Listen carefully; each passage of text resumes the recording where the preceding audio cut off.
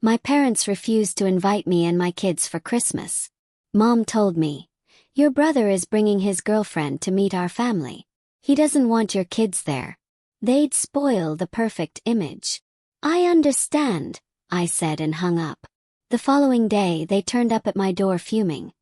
And the moment they saw me, my brother's girlfriend said, "Have you ever been told that your children, your precious, vibrant kids, are an inconvenience, a stain on someone's perfect image?" 'Cause I was. And that single brutal sentence from my own mother ignited a firestorm that ripped my family apart, only to rebuild it, piece by painful piece, stronger than ever.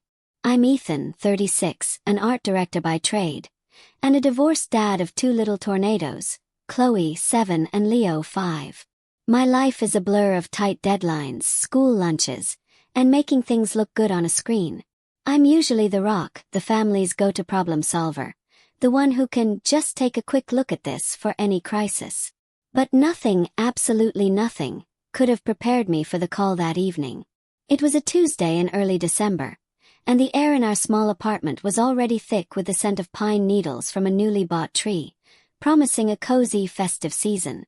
My mom, Sarah, was on the other end, her voice already pitched in that breathless hostess tone she saves for holiday planning. "We're doing Christmas Eve at our house," she announced before a subtle shift, a careful pause. "But, honey, your brother Dylan is bringing his girlfriend, Ava, to meet the family. He doesn't want your kids there. They'd ruin the perfect image." The silence that followed was so thick, so heavy, it actually rang in my ears. My hand tightened on the phone, knuckles white. Perfect image. My mom, she's particular. Minimalist. They're all about creating content these days. And my kids, my beautiful chaotic kids, are loud. "She's very particular, Ethan," my mom continued, trying to explain, trying to smooth it over. "It's a white-on-white aesthetic. They're making content. The kids are just loud. You understand." Then her voice dropped, softened, becoming almost a weapon.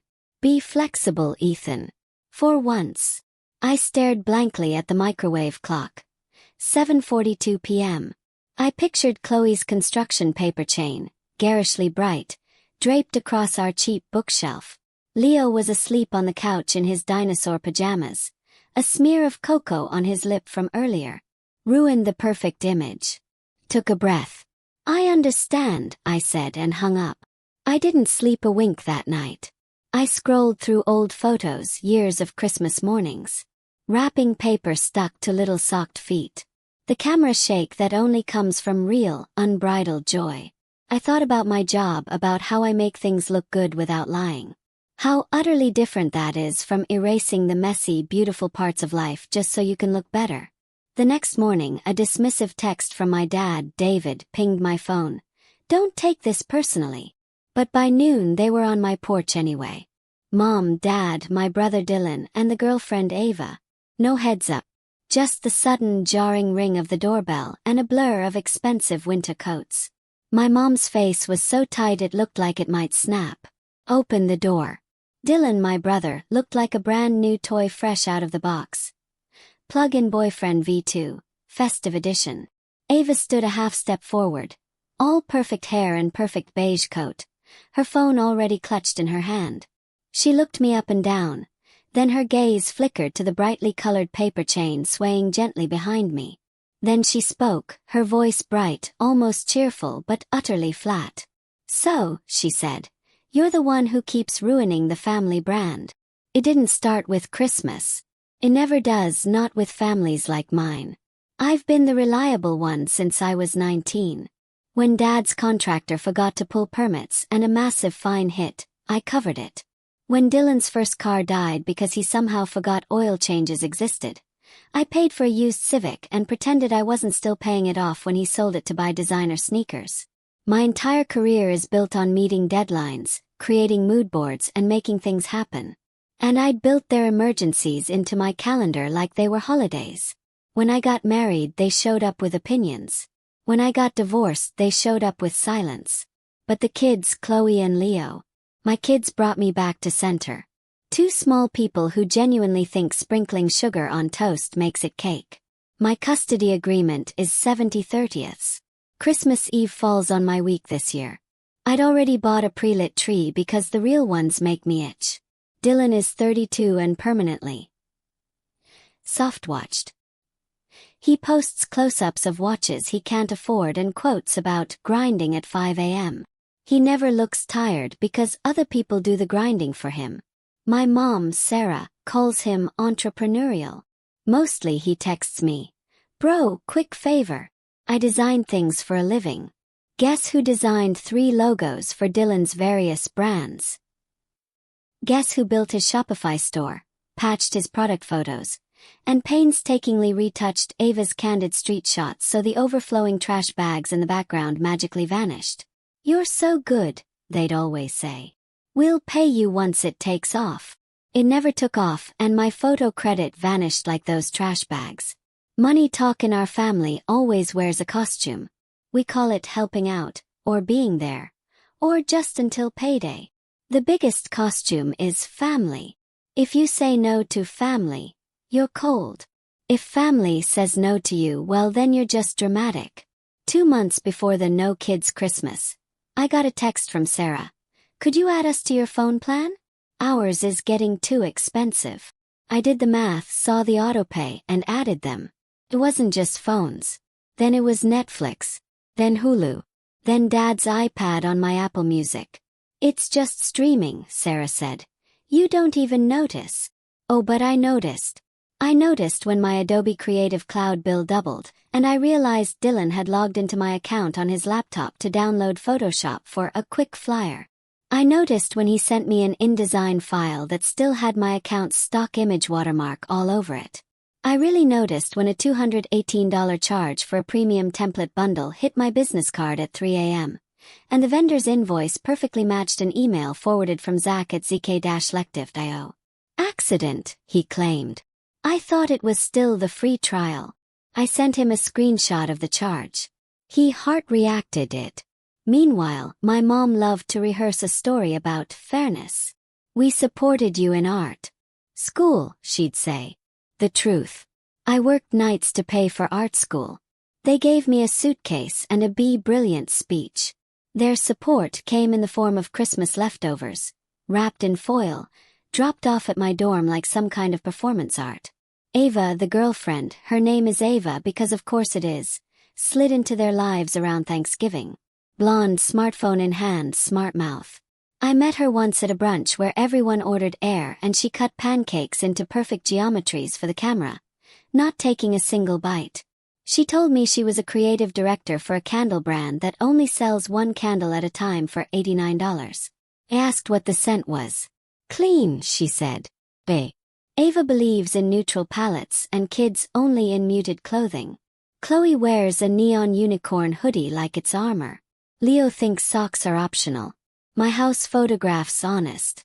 Ava called it chaotic. Dylan called it not on brand. Mom called it something to work on, honey. When my mom delivered the Christmas news, no kids because perfect image, I could hear Ava in the background coaching. "We're doing a white-on-white table," she chirped. "The kids will touch things as if touching is a crime." I said I understand because I've learned that if you fight in the moment, they turn your anger into the problem. If you go quiet, you get a minute to breathe. The next morning on my porch, the 4 of them looked like a corporate board meeting, lined up and ready for a hostile takeover. Sarah went first. "You made me feel terrible last night," she accused, as if I'd slashed her tires. "I said 2 words, I reminded her. "That's the problem." Dad David chimed in. "You're always withholding. Family needs communication." Dylan adjusted his watch, which I'm pretty sure was also my money. "Bro, it's one Christmas," he pleaded. "We're trying to land a partnership." Ava lined up a photographer, a food stylist, the whole thing. "It's our shot. Kid noise ruins content. You can drop the kids at their dad's while you come through." "They're my kids," I said, my voice dangerously low. Christmas with their dad is not a negotiable aesthetic. Ava stepped in, her voice pleasant, almost saccharine. "We're building something, Ethan. You're an art director, you get it. The feed has to feel cohesive." I looked at Sarah's eyes, calculating, searching. There's also a budget, she said, finally revealing the real thing. We're spreading ourselves thin. Hosting is expensive. We'd appreciate help. You've always been so generous. There it was. How much? I asked, cutting to the chase. Don't be crass, Sarah snapped, but then quickly. 2,000 would take the pressure off. Food, florals, maybe a small stipend for the photographer. We want to do it right, and we want you there, David added quickly. Just you without the kids, Ava echoed. We can have a separate kid day after the new year. Something low-key. Just then, Leo padded into the hallway behind me, hair wild, clutching his stuffed triceratops. He blinked at the grown-ups like they were loud, colorful birds. Pancakes, he mumbled, rubbing his eyes. Ava's perfect smile faltered for half a second. She looked down at her beige boots. Oh! I turned my body so Leo couldn't see their faces. Go sit, bud. I'll make them. As he ran back to the kitchen, I faced the panel again. Let me think, I said. Today would be best, Sarah pushed. We have deposits. Dylan lifted his chin. Friends don't let friends miss opportunities. Family, David corrected. Family, Dylan agreed, as if he'd invented the word. I nodded slowly. Right. Family. And I closed the door. I let the door click shut, and leaned my forehead against the cold wood. I could hear my pulse thrumming in my ears. In the kitchen, Chloe hummed Jingle Bells off-key as she rifled through the sprinkles drawer. Leo drummed the table with a spoon. The house sounded like life. My phone buzzed. A group chat. Family immediate. Mom had renamed it last year, right after I paid Dad's surprise tax bill. Sarah. Ethan, please don't be difficult. David. We need a decision by 3. Dylan. Venmo is fine. Ava sent inspo. 3 beige squares. A white tablecloth, white candles, a bowl of bleached pine cones that looked eerily like bones. I opened my photos and scrolled to my receipts folder. I keep receipts like a hobby now. Not for revenge, not really. For memory. Dad's contractor fine. Dylan's Civic. Pad for Mom. Groceries that went missing from their porch and somehow showed up in their fridge. I screenshotted a grid of them, a visual ledger of their family, and I dragged it into the chat. Me. Just a reminder. Sarah replied in under 10 seconds. Tacky.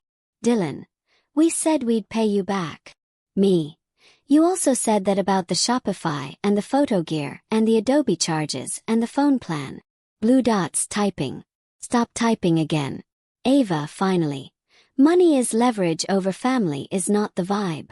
I stared at that sentence until the edges of the screen went soft. Then something clicked. It wasn't a fresh idea. It was an old one I'd ignored for far too long. Boundaries aren't mean. They're honest. Type. Me. I'm not paying for a photographer to capture my kid's absence. Silence. My phone rang. Sarah. I let it ring out. She texted instead. You're blowing this out of proportion. Be an adult. Me. I am. Here's what's changing.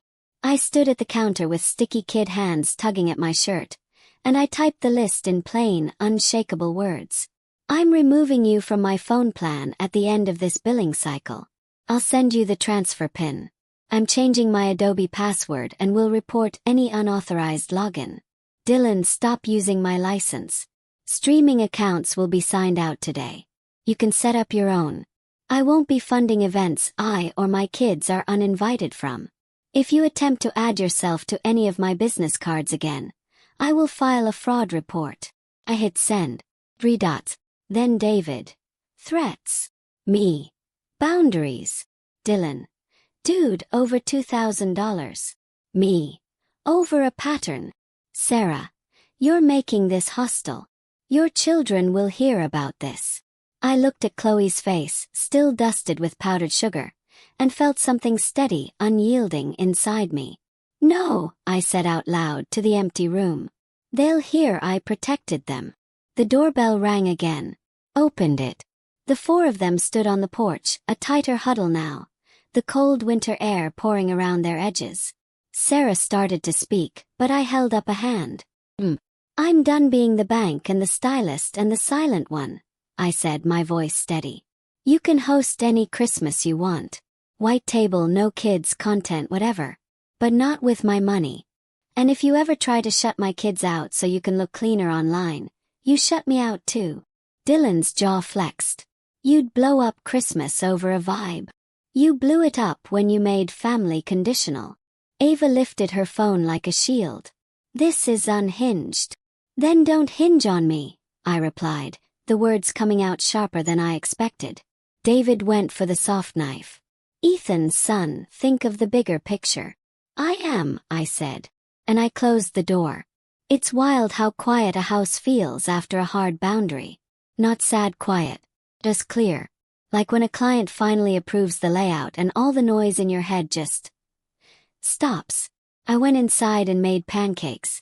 Chloe overdid the sprinkles, of course. Leo insisted on a Christmas dinosaur, made from banana slices and M&Ms. We watched a terrible stop-motion animation special from the 70s where the snow looked like shredded coconut. We cut paper snowflakes that looked suspiciously like amoebas. The kids were louder than any content could bear, and it sounded like safety.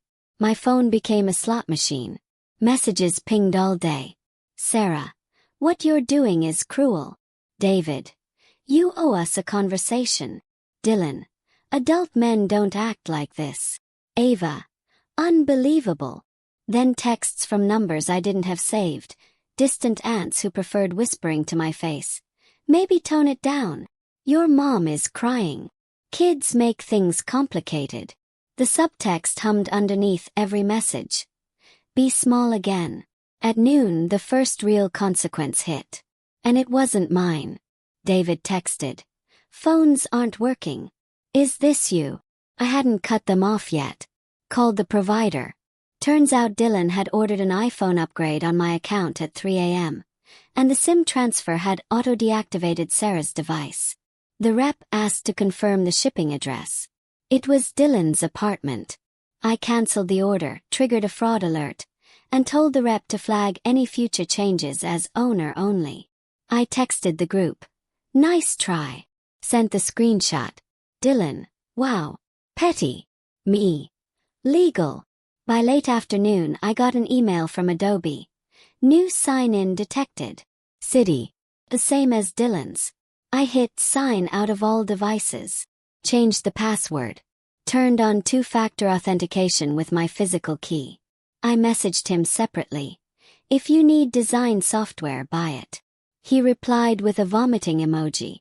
Around 5 p.m. my doorbell rang again. This time just Ava. Beige coat, bare head, cold pink on her cheeks. I don't want a scene, she said, her voice tight. Then stopped showing up at my door. She glanced past me, where the kids were dancing to Jingle Bell Rock, at a volume that rattled the utensils in the kitchen. Look, I get that you're protective, but you're tanking something big. A brand offered us product for the dinner. They like clean lines. Babies with sticky hands don't fit. They're not babies, I said, my voice low, firm. Ava, I'm not your problem. You just met my family. They're very good at spending other people's money and calling it love. If you want that, fine. But my kids aren't props you can crop out. Something changed in her eyes. Not agreement, not yet, but a flicker. She looked at the paper chain again. That chaotic, colorful string of joy. You could style the kid day, she tried weakly. We already did, I nodded, gesturing towards Chloe, who was wearing 3 different patterns and a grin.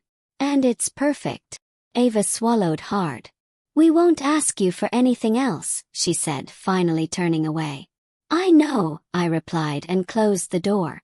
That night, Chloe asked, her voice very small. Did we do something wrong? Grandma said, we're a lot. My brain went white. I sat on the floor so our eyes were level. You were loud, I said. And silly and brilliant. And not for anyone's brand. Someone made a grown-up choice that wasn't kind. That's on them. She nodded, thinking, then climbed into my lap. Leo crawled across the rug like a lizard and piled on. We became a kid heap. I breathed into the tangle of their hair and made a new rule in my bones. The second someone makes them think their bigness is a flaw, we're done with that someone. Far away, at the white-on-white dinner, Sarah posted a story of candles I couldn't watch because I'd removed myself from following months ago. But a cousin made me screenshots anyway. The table looked like a hospital woke up and decided to be festive. Dylan gave a toast, and there, in the reflection of a serving spoon, were the empty spaces where kids would have stood on tiptoe to blow out candlelight. The next day, the money part arrived, late and dramatic like it always does. Sarah called first thing, her voice pitched to martyr. We had to put the catering on our credit card because you wouldn't help. The bank flagged it. We're over limit. She paused then. You'll reimburse us for the difference. As if that's what sons do when parents can't math. No. She inhaled sharply. Your father is very disappointed. David got on the line. Ethan, your brother, stepped up. He covered the photographer out of his own pocket. A second text from Dylan came in the background of the call. A screenshot of a pay now request he'd sent me for $1,850. Memo. Christmas team support your share. I laughed. I couldn't help it. I'm not joining your co-op, I said. You'll regret alienating your family, David said. His voice low and dangerous. I regret the time I didn't spend with my kids because I was fixing your problems, I replied. Blick. They hung up. By noon, Sarah's friend, the one who treats drama like cardio, posted a Facebook status about ungrateful children who abandon their elders. Another cousin sent me a DM. You okay? People are wild. Then, also, Dylan tried to borrow my camera, and when I said no, he said, you owe him for the brand work you did for free. He said he's invested in your career. I sent her a single skull emoji. 3 a different knock. Not Ava. Not my parents. Aunt Brenda. The family's quiet rebel, with a bag of gingerbread and a look I haven't seen on a relative in years. Respect. I told your mother she was out of line, she said, slipping off her boots. She said you were cruel. I said you were right. She handed Chloe the gingerbread and Leo a pack of glow sticks. Merry Kid Christmas. She stayed for an hour. She didn't fix anything or ask me to. She just listened. When she left, I stood on the porch in the early dark and realized I felt light. Not happy, not yet, but unhooked. The practical stuff came next. I moved my business account to a new bank and closed the card Dylan had figured out how to use online through saved autofill. I put a credit freeze on. I removed my parents from my phone plan and sent them the transfer pin like I promised. Sarah wrote, "We can't figure this out." And I replied with a screenshot of the provider's step-by-step instructions. David wrote, "We're old." And I wrote, "You're capable." They didn't like that.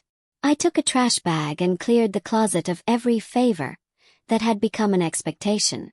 The spare iPad, the DSLR, the ring light Ava had left here after the brunch. I put them in the car and drove to their house, leaving the bag on the porch with a note. "Returning your stuff. Please return my piece." Neighbor saw me. "Merry Christmas," he called. "Working on it," I replied. That night, while the kids slept tangled in one bed because it felt safer, I opened the laptop and made a private folder called Evidence. Not because I planned to go to war, but because clarity beats gaslighting. Screenshots, dates, charges, the $218 template bundle, the iPhone order, the payout request, the perfect image text. I didn't need to send it to anyone. I just needed to see it all in one place. And no, I wasn't imagining a pattern. On Christmas morning, Chloe woke me at 6:03 a.m. with a whisper scream. Snow. It wasn't sticking. It was wet and half-hearted. But we still ran outside in pajamas and boots. Leo licked a snowflake off the mailbox and declared it minty. I made cinnamon rolls that came out uneven and perfect. We opened presents slow. No content. I took 2 photos just for me. Around noon, a final text from Ava. "For the record, I didn't know about the money asks. That's not my lane. I'm sorry about the brand comment. I said something that wasn't kind because I panicked about being liked. I'm rethinking some things. I typed and deleted 3 drafts. I ended with, good. January is always gray where we live. It's the month the light goes thin, and you learn what you kept from December besides receipts. I kept 2 things, a clean calendar and a clean conscience. Sarah tried 3 more times. Sunday dinner to talk this out. Your father misses you. We need to set expectations moving forward. All of it sounded like project management, not care. I replied once. When you're ready to apologize to my kids for making them feel like a problem, we can talk. Not before. Silence. Dylan posted a carousel of the white-on-white dinner with a caption about grinding with my day one, and a prayer hand emoji. Comments said, goals. I scrolled past. He texted me a week later. Ava and I are taking a break. You happy? I stared at it until it shrunk to nothing. Then I put my phone face down and built a Lego spaceship with Leo that looked like a toaster with wings. At work, I stopped staying late to vacuum up other people's messes because I realized I'd been rehearsing the same role everywhere. I trained my junior designer instead of just fixing her files at 11 p.m. I said no rush when a project manager tried to turn a preference into a deadline. My boss asked if I was okay. I said, I'm good, and meant it. Chloe asked if we were going to Grandma Sarah's house again. I told her we could invite Grandma here if she wanted to apologize. Will she? Chloe asked, her brow furrowed. People surprise you, I said. 2 weeks later, Aunt Brenda invited us to her place for cocoa. No agenda, she said. Just warmth. We went. She had mismatched mugs and a puzzle missing 4 pieces and a dog that shed like it was his job. Felt like a life you could trust. On the drive home, the kids sang off-key, messy, and absolutely great. The last thing I did was small and huge. I printed a sheet of paper and taped it inside my kitchen cabinet, right where we keep the bowls. Just a list. I don't pay to be treated badly. My kids are not negotiable. No is a complete sentence. Family is a verb. I read it every morning. On days I forget who I am to them, it reminds me who I am to me. A few nights ago, David finally texted. Your mother wants to try again. Sunday, bring the kids. Breathe. Then we'll come by for an hour. If anyone mentions image or asks for money, we leave. He wrote, fine. No emoji. Progress, disguised as grumpiness. We went. Sarah had clearly practiced I'm sorry in the mirror. Came out stiff but real enough. She knelt to Chloe and Leo and said, I made a mistake. Not if, not but, just the sentence. I watched their faces. They forgave her instantly because they're kids, and their default setting is open. I let my shoulders drop 1 inch. Dylan wasn't there. Sarah said he was busy. I didn't ask. We stayed for exactly 1 hour. We ate dry cookies. We took home leftovers we actually wanted. When Sarah started to hover and ask around family trips and budgets, I stood, smiled and said, we're heading out.